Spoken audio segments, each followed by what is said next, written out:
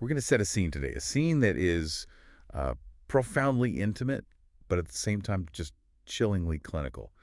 So I want you to imagine yourself listening in. You're in a dark, silken room, deep in the interior of an ancient Chinese palace. Mm. The air is thick with the scent of oil lamps, maybe some expensive herbs. And in this room, the most private of moments is happening. But it isn't quiet. The only sound you hear is this rhythmic friction of a writing brush against paper. Just that scraping sound. Exactly. Marking time, not passion. Mhm. And that sound, it's the mechanical heartbeat of this enormous invisible machine. That's a really striking image, and I think it perfectly captures the essence of what we're going to unpack in this deep dive. We're exploring some incredible source material, historical transcripts, analyses that, they really reveal this elaborate, centuries-long infrastructure of total state control. And it's all built around one thing. All built around imperial sexuality. And we have to be clear, this is not a story of luxury or, romance. This is a history of bureaucracy. It's about surveillance and the complete architecturalization of the human body. That's the mission. Yeah. We're going to examine how this entire apparatus functioned, why it was created in the first place, and of course, what it cost the individuals who were trapped inside it. But here is the profound paradox, the thing we have to confront right at the beginning. Right. This entire system, it involved hundreds of people, massive amounts of resources, and it survived for 2 millennia. It was all built on a foundation of scientific belief that was, well, entirely wrong. Completely wrong. And that is the central question that these records force us to ask. It's how did an entire apparatus of medicine, of Taoist philosophy, and state power, all designed for this one single goal of ensuring the emperor's physical immortality, how did it persist for over 2,000 years? All based on a biological theory. That was, and our sources are explicit about this, completely, entirely, absolutely wrong about every aspect of human physiology. It's a staggering thought, the sheer inertia of the system. It really is. Okay, so let's unpack this system. Yeah. And I think we should start exactly where the documentation starts, with the immediate physical experience of the women in that imperial chamber. We can start with this concept, the state of dissolution, which, as you pointed out, wasn't just a byproduct of despair. It was a mandated part of her function. It was a required state of being. The concubines' experience during this imperial encounter, it was one of mandatory mental detachment. The texts use this very clinical term, dissolution. So what does that mean exactly? Dissolution. It means the erasure of the boundary between her consciousness and her physical function. Yeah. Her mind had to be separate from what her body was doing. And this wasn't something that just happened. It was achieved through years and years of specific training, all designed to suppress conscious thought. But why? Why was that mental detachment so crucial? What was the specific risk if she remained, consciously aware, if she was thinking about how absurd the whole moment was or about her own feelings? Well, the risk, according to the Taoist physicians who were running the show, was what they called energetic disruption.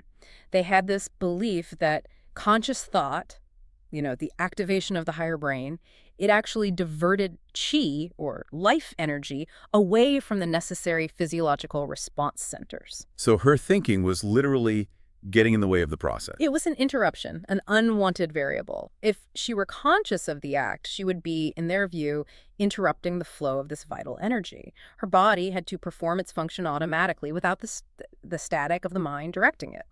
And they believed this automated, purely physical performance was the optimal state for essence transfer. Optimal. We're going to hear that word a lot, I think. Oh, yes. It's all about optimization. So that explains the training. But now let's go back into the room itself. The atmosphere. You said it was less like a bedchamber and more like a laboratory. An operating theater. That's the perfect description. So tell us about this choreography of observation, the precise clinical monitoring that's surrounding this act. The surveillance was total, and it was constant. Behind a lacquered screen or maybe a heavy woven curtain, and it was positioned just so the emperor could forget they were there, but the observers could see the woman perfectly. There were 3 sets of hands. 3 sets of hands. Each performing distinct, measured, clinical tasks. And this wasn't, a quick peek to see if things were going well. This was a sustained, calculated process of data collection. Okay, let's break that down. 3 sets of hands, each actively measuring the moment. What was the role of the first hand? The first hand was dedicated to vital signs. It rested on her wrist, very lightly, but continuously.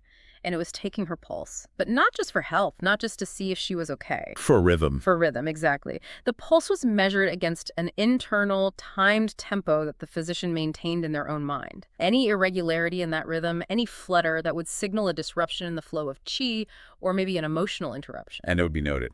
Noted immediately in the records. So her own internal rhythm was being measured against this bureaucratic ideal of what that rhythm should be during the process. That's incredible. Okay, what about the second hand? That second hand held a carefully polished bronze mirror. It was angled just so to catch the faint light from the oil lamp, and it would sweep in these measured arcs across her body. It focused intensely on her face and her abdomen. And what are they looking for with a mirror? Reflections of what? They're looking for subtle, involuntary physiological reactions, things she couldn't possibly fake. The precise moment of pupil dilation, for instance, the extent of skin flushing, or the minute wave-like changes in the rhythm of her breath. They believed these tiny shifts were incontrovertible proof. Proof of what? Proof of the authenticity of her pleasure, and therefore the quality of the essence she was generating at that moment. Wow. So they're essentially turning these involuntary biological responses into measurable data points on a chart. That's precisely it. It's quantification of the sublime. And the third hand, then, was recording all of this. Yes. The third hand belonged to the chronicler. This was usually a senior eunuch or perhaps an assistant physician. And it held the writing brush. The source material really emphasizes that for the woman in the situation, the sound of that brush was the definition of her entire environment. Just that scratching. Brush, breath, brush, breath. A mechanical, monotonous beat that defined the pace of her own dissolution.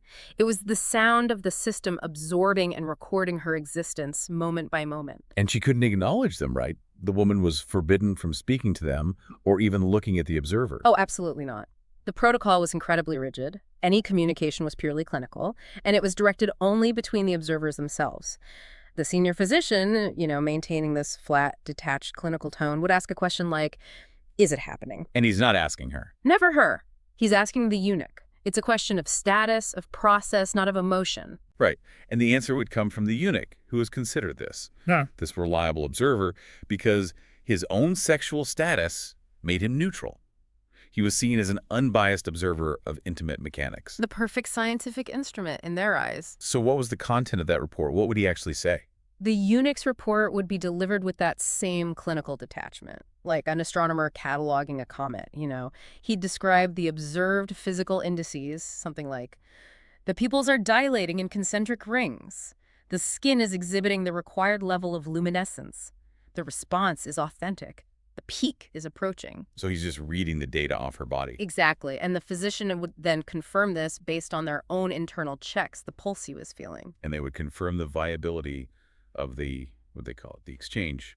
The exchange, yes. They were focused on her internal state, and they often use this very specific, almost technical jargon to describe fluids and tissues. They'd make notes like, the viscosity of the emissions is approaching optimal parameters, or the tissue response is correct, the blood is pooling appropriately in the lower chamber. I am just struck by how they strip away every single ounce of humanity. It's not a sexual act, it's a chemical reaction they're observing. They're just trying to optimize a biological process. Yeah, that is the perfect summation. The final assessment was always a confirmation of efficiency. It was never about comfort or pleasure or connection. It was, all conditions are aligned for optimal essence transfer. The session will be productive. The woman's body was a highly tuned instrument, and it was being calibrated to these precise frequencies that were determined not by her own natural desire, but by the philosophical and, frankly, the political needs of the imperial court. Optimal, productive. All these words loaded with expectation, but based on a foundation that, as we've said, we know was completely faulty. So let's move on to that, section 2. Let's really dig into that flawed foundation, the Taoist precepts, and this foundational theory of essence transfer that justified this entire massive system. Absolutely. To really understand the system, you have to understand its core belief system. And it really centers on two main concepts: Qi, which you can think of as life energy or vital air, and Jing. Jing, that's the one that's really key here, isn't it? It's the critical one. Jing is essence, or life force. Mm. The Taoist belief system was, it's incredibly complex. It involved the circulation of qi through what they call the 12 main meridians of the body. These are, pathways that are believed to connect all the organs and energy centers. And this energy, this qi, had to be managed and cultivated, but the truly vital component, the one that runs out, is Jing. That's it, exactly. Jing is the concentrated, inherited life force. It's the physical substance of your vitality. It's what you're born with, and it's stored and then slowly consumed throughout your life. The theory held that the quantity of Jing you had determined the length and the health of your entire existence. Okay, so here's where the great male paradox comes in, right? And the whole reason the harem system becomes, in their minds, necessary. How did this philosophy view the relationship between male Jing and ejaculation? This is the absolute core of it. The theory claimed that in men, Jing was highly, highly concentrated in the lower body, and it was associated directly with reproductive fluids. Therefore, every single ejaculation was seen as a profound, measurable bleeding of the life force. A bleeding of life force, that's a powerful phrase. It's a direct physical withdrawal from his limited reservoir of vitality. The physicians in the court would meticulously calculate the shortening of the emperor's lifespan based on the frequency and the intensity of his releases. So the emperor is completely trapped. He needs to produce heirs for the dynasty. He presumably has his own desires. But every single act of release is, in theory, bringing him closer to death. Yes. And this explains the forced restraint training that we see mentioned in the sources. Right. Tell us about that. The emperor was supposed to train himself into the state of extreme restraint, which the sources note, kind of ironically, resulted in these deep lines of concentration and anxiety being etched into his face. It was aging him prematurely. He was suffering under the very effort that was required to defeat aging. His body was perpetually on edge, trying to contain this essence. Wow. Okay, now let's contrast that with the theory about women. Was the system viewed as the female advantage? It's a complete inversion. Women, according to these same precepts, were seen as fundamentally different. Their Jing was not concentrated, and it wasn't vulnerable to depletion in the same way. Their Qi was considered more distributed, circulating throughout their entire being. And here's the crucial part. The crucial part is that when a woman achieved a state of deep pleasure, her essence was believed to actively increase. It multiplied. It grew stronger, and it purified itself. So she wasn't a depleting resource. She was a renewable, potentially infinite source of high-quality energy. So she's not losing vitality in the act. She's actually generating it. And that, in the logic of this entire system, defined her ultimate purpose. Her role was not just pleasure or even reproduction. Her highest calling was to be the energetic catalyst for the emperor's personal transformation. So, if I'm understanding this right, the woman's mission was to receive the emperor's desire, which contains his precious, finite Jing, and then somehow, through her own generated pleasure, she has to prevent its destructive dispersal. You've got it. She had to hold him indefinitely on the very edge of release.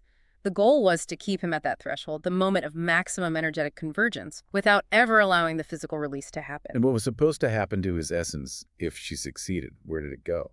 If this was achieved successfully, the theory dictated that the man's concentrated Jing would be drawn upward through his central channels and meridians. It would transform from a mortal depleting fluid into an immortal refined energy. That sounds, well, it sounds like alchemy Mm-hmm. or magic.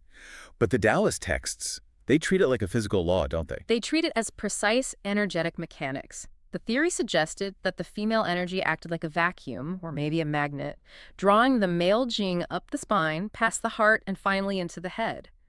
There, it would purify the spirit and transform the body. And the result was? The result was what the philosophers called becoming an immortal, unchanged, eternal. And this belief was enshrined in incredibly influential texts like The Secret of the Jade Chamber. It's a really compelling mythology. I can see why it would be attractive. But we have to keep coming back to the conclusion of the source analysis here. We're talking about this enormous architecture of control built on something that was completely hollow.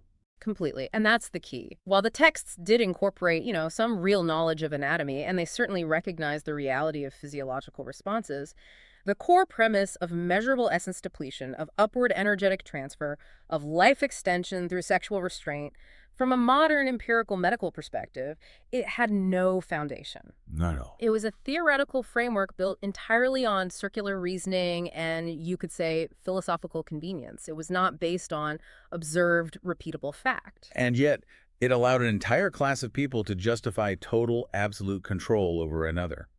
Which brings us perfectly to how this theoretically bankrupt idea was made functionally real.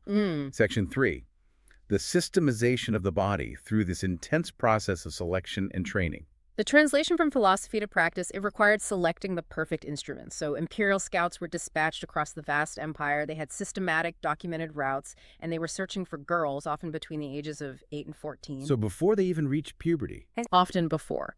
And the focus was not on ephemeral beauty, not in the way we might think of it. It was on specific, documented biological utility.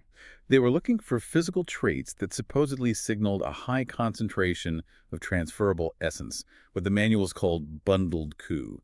What specifically did a scout look for? What was on their checklist? The selection criteria were chillingly precise. They were drawn from these detailed manuals that outlined specific ratios and measurements. For example, they'd look for the delicate structure of bones, noting the spacing of the ribs and the joints. They would examine the skin's texture and its ability to exhibit this subtle luminescence in candlelight. Why luminescence? It was believed to signal internal purity and a high flow of ki. Hand structure was also very important. Delicacy was equated with energetic sensitivity. And the sources really emphasize one particular trait above all others. Small, perfect feet. Yes, the size and the structure of the feet were paramount. In the context of this Taoist philosophy, the feet were seen as the grounding point for all the body's meridians. Small, perfectly formed feet were believed to indicate a focused, concentrated internal essence. So she would be a more effective conduit for the essence transfer. A much more effective conduit. This selection process was a precursor to foot binding in some later dynasties, but even without the binding, the proportions had to match the ideal that was laid out in these selection manuals. This sounds so much more like an engineering specification than a beauty parade. Girls were being assessed scientifically using measurement systems against these exact ideal ratios and proportions. And it was all treated with the highest scientific authority of the day. You know, for the family, the selection meant a certain elevation in status, but the transaction was, in essence, a contract. They were selling their daughter's physical utility to the imperial system forever. And they were told it was an honor. They were told of the luxury their daughter would live in, the honor she would bring to their ancestors, but the reality was immediate and permanent separation from everything she had ever known. And that moment of arrival, as you mentioned earlier, often contained this profound psychological trauma. The account of the girl who just screamed and screamed when she arrived, realizing her fate, she had to be sedated for weeks. That trauma was really the initiation. It was the first step into a life that was completely devoid of independent will. The training itself took place in the outer palace, a world separated by physical walls and, deep psychological barriers from the rest of the capital. It was an intensive, total separation designed to prepare them for only one function. Let's talk about the curriculum. This was essentially a high-level physical and philosophical education in control. It was an education in energy manipulation and muscular isolation. The curriculum included, first, foundational Taoist philosophy. They had to understand the theoretical justification for their own existence. So they were taught the very theory that trapped them. They were. And this was taught alongside sexual mechanics and incredibly intensive physical training. They practiced specific meditation techniques, all designed to quiet the mind and isolate specific muscle groups in the lower body. And the practical application of this, it relied heavily on these specialized training aids you mentioned. The sources describe them in incredible detail, life-sized jade models. And these models were carved with extraordinary anatomical specificity. They allowed the girls to practice the required techniques, the muscular isolation exercises, over and over again. Just endless repetition. Endless. They would rehearse the precise movements, the pressure patterns, until the body itself held the pattern like a memory, completely bypassing conscious thought. The techniques themselves had these beautiful poetic names, the rising phoenix, the retreating dragon. But we need to understand their mechanical purpose. What was the goal of something like the rising phoenix? Well, the rising phoenix was actually a precise instruction for an internal muscular action. It was a sequence of contraction and release that was designed to create a wave-like internal sensation for the emperor, driving the energy flow, in theory, upward. Okay, And the retreating dragon. The retreating dragon, conversely, focused on drawing the body inward. It created a kind of resistance that was believed to maximize the energetic pull on the male jing. These were movements of extreme precision, and they were practiced thousands and thousands of times. And then there was the most critical technique, the ultimate expression of control and the key to the entire essence transfer theory, the Jade Woman technique. This was the absolute apex of her training. It required a mastery of specific internal muscle groups, and not just strength, but precise rhythm and timing. It involved what the training text referred to as a milking motion. A milking motion. Yes, a sequence of subtle, repeated contractions and releases that was designed to achieve two contradictory goals at the same time. What were those two goals? First, to draw out the emperor's pleasure to its absolute peak, the moment of maximum energetic flow.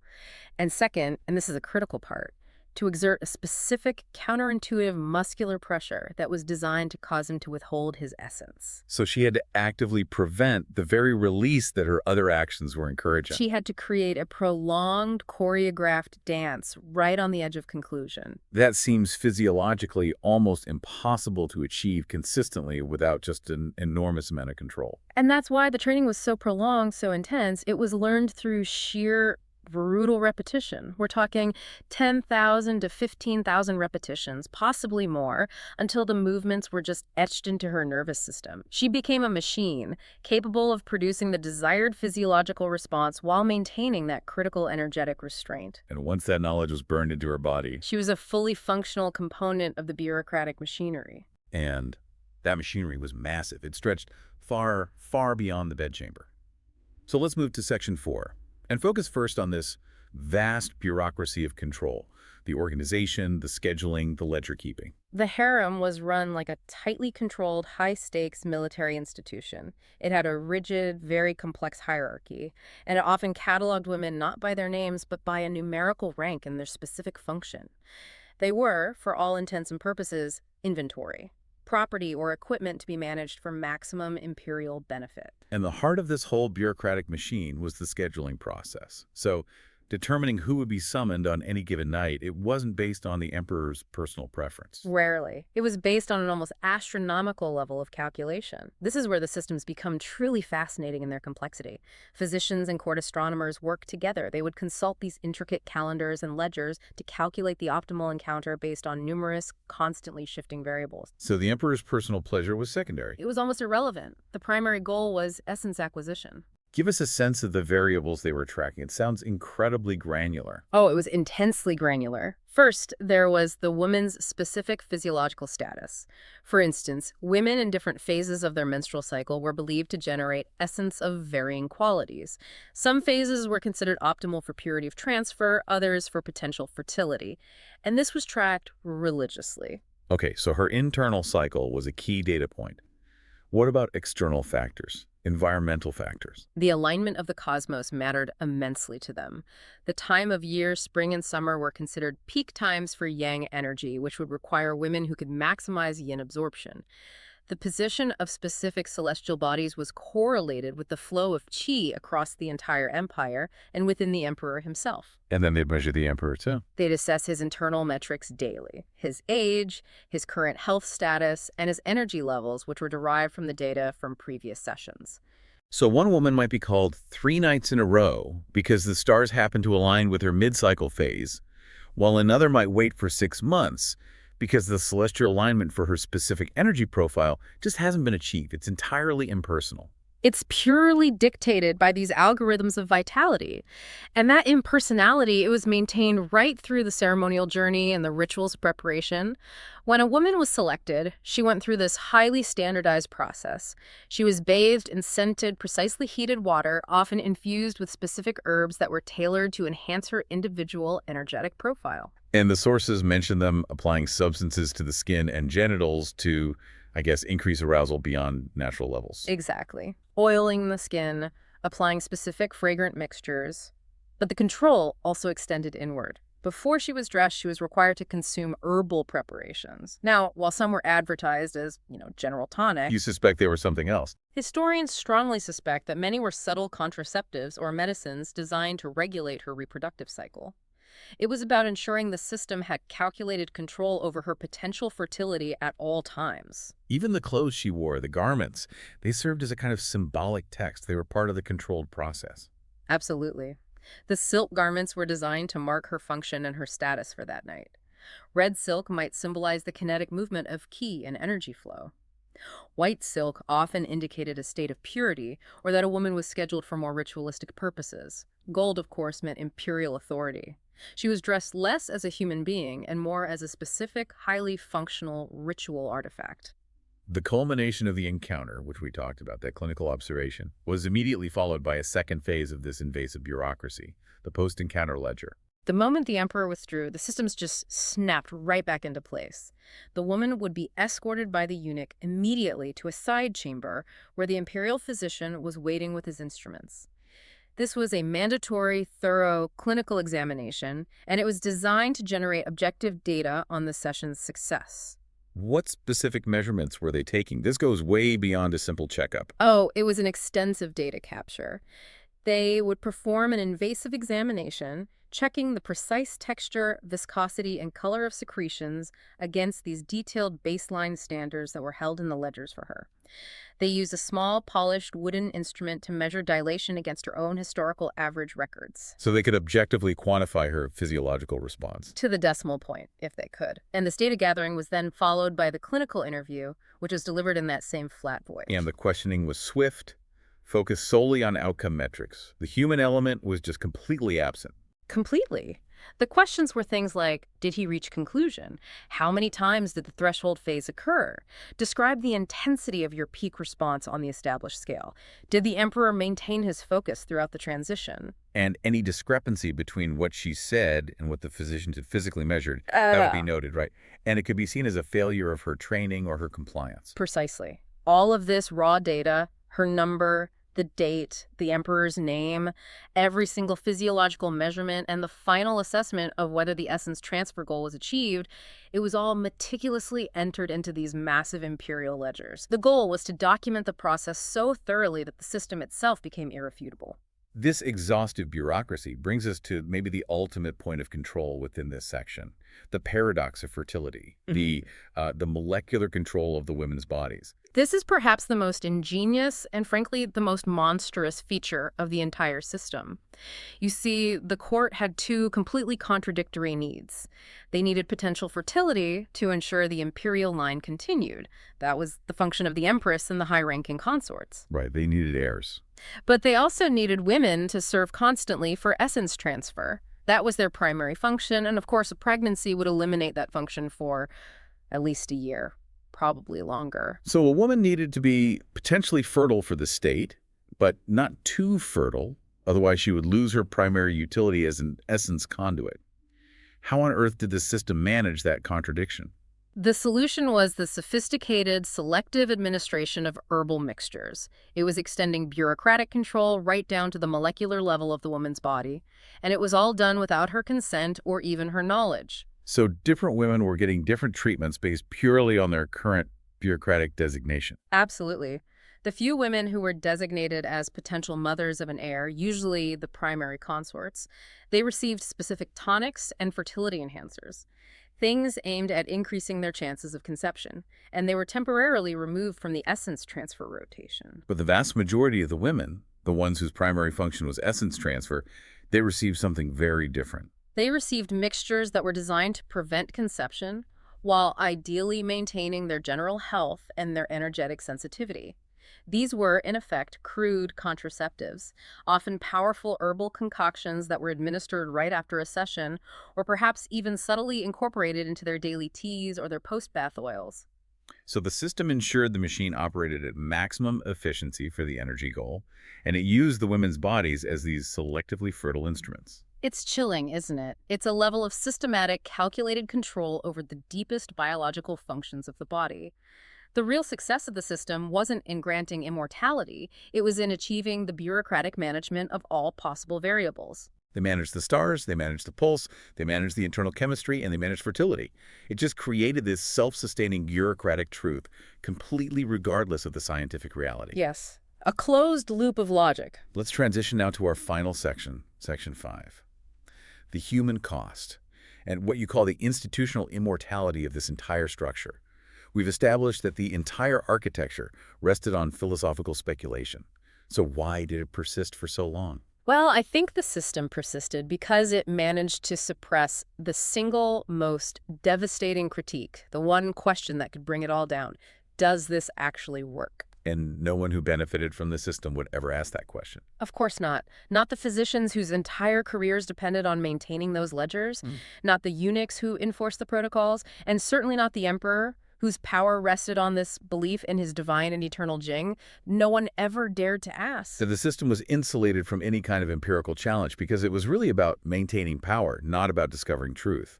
Correct. I mean, if one were to actually study the history, it would be pretty clear that the emperors who employed the system didn't live measurably longer than those who didn't. But to even initiate that kind of study would be to dismantle the entire foundation of imperial authority and throw countless careers into obsolescence.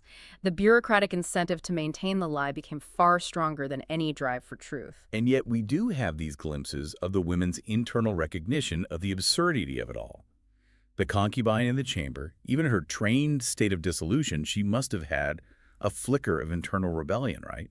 Recognizing that the entire structure rested on pure speculation and circular reasoning. That internal fracture was the system's one true vulnerability. And the source material, it does document the profound psychological cost. We have these fragments from journals found in sealed chambers, things that were never meant to see the light of day. And they illustrate this profound despair and psychological disintegration. Tell us more about those journal entries. They're really the only true voice of these women that we have. They're heartbreaking. We have accounts that document a full 20-year journey. The early entries, they show confusion, terror, and these attempts to understand the very Taoist philosophy they were being forced to learn. Then the middle entries show a kind of resignation, a calculated compliance, and this deep psychological separation from their own physical function. And the final entries, what do they look like? They become fragmented, sometimes completely incoherent, as the woman loses the ability to recognize herself outside of her assigned function. There's one particular account from a woman who is nearing 40, and it ends so tragically. She writes, "I no longer know who I am when I am not being used. I am only what they made me. I am only my function. There is nothing else left." Her identity had been successfully replaced by her duty. She had been broken down so completely that the system had replaced her soul with bureaucracy, and resistance, when it did occur, was often fatal. Suicide was a recognized, though coded, response. It was, and the ledgers would record these deaths with the chillingly neutral phrase, "sudden illness." The fact that the system rarely investigated these events suggests that a controlled, non-disruptive exit via suicide might have actually been preferable to them, rather than an outright rebellion or an institutional scandal. And the source mentions the concubine in the 19th century, who deliberately consumed an excess of her herbal mixture, knowing that it would cause internal hemorrhaging. That was a coded act of resistance. It was an act of taking back control over her own body's termination. The lack of any palace investigation just confirms that the system's priority was maintaining order and documentation, not investigating the individual motivations of its components. The machines simply absorbed the loss and indexed the replacement. But there were also fascinating examples of intellectual resistance, weren't there? Not just despair, but actual attempts to challenge the foundational philosophy itself. Yes, the account of the woman whose hidden journal contained these incredibly detailed, coded critiques. She was highly educated within the palace system, and she began to cross-reference the Taoist medical text they used with contradictory medical findings from neighboring regions. She realized the essence transfer theory was scientifically inconsistent even within their own contemporary understanding of anatomy. So she confronted the physician with these alternative texts. Yeah. She was essentially asking that core, forbidden question, is this even true? She presented a profound logical and philosophical challenge to the entire infrastructure, and her journal ends, abruptly, right at the point of that confrontation. There is no corresponding record in the imperial ledgers about her fate or her demise. She was simply erased. The system's answer to a direct intellectual challenge was absolute non-existence. What strikes me most, as we synthesize all this material, is that this practice endured for over 2,000 years. It lasted right up until the fall of the Qing dynasty in the early 20th century. Even as scientific knowledge outside the palace walls was progressing, this architecture remained. The justification just shifted over the centuries. At some point, it stopped being about achieving physical immortality through essence transfer. Instead, it was justified through the unbreakable inertia of duty, imperial necessity, and cultural tradition. Generations of officials had built their entire careers and reputations on managing the schedules, recording the ledgers, and enforcing the protocol. The system became self-perpetuating because too much institutional power rested on its existence. So the history of the imperial harem, as it's revealed in these sources, isn't ultimately about sex or pleasure at all. It's the ultimate case study in the power of an idea, no matter how empirically bankrupt, when it's backed by total political and bureaucratic control. It is the study of how a bureaucratic infrastructure can become exponentially more resilient than the physical reality it was meant to manage. The system was designed with the singular, magnificent goal to grant the emperor physical immortality, to refuse aging, to refuse death. But every single emperor who relied on this system and every single one of the women whose vitality they tried to extract, they inevitably turned to dust. And yet the vast, meticulous, documenting bureaucracy itself, it achieved a kind of immortality. It persisted for centuries, meticulously cataloging, controlling, and managing human life long after the men it was meant to save had been forgotten. It outlived the dynasties it served. This deep dive really shows us how powerful interests can successfully create this elaborate infrastructure of belief, one that is entirely devoid of empirical truth if it perfectly supports the desires of those in power. And once that structure is built, with careers and reputations and entire social systems invested in maintaining its truth, it becomes incredibly difficult to tear down. And this knowledge, it raises a powerful and I think an uncomfortable question for us as we look at our own modern world. What current systems, massive and elaborate in their bureaucracy, persist today not because they actually work or because their foundational theories are sound, but simply because too many professional careers, reputations, and powerful institutions are fundamentally built on maintaining them? The machine just keeps running, regardless of whether the science or the outcome is correct. That bureaucratic momentum is the haunting, final thought we want to leave you with today. Thank you for joining us for this deep dive.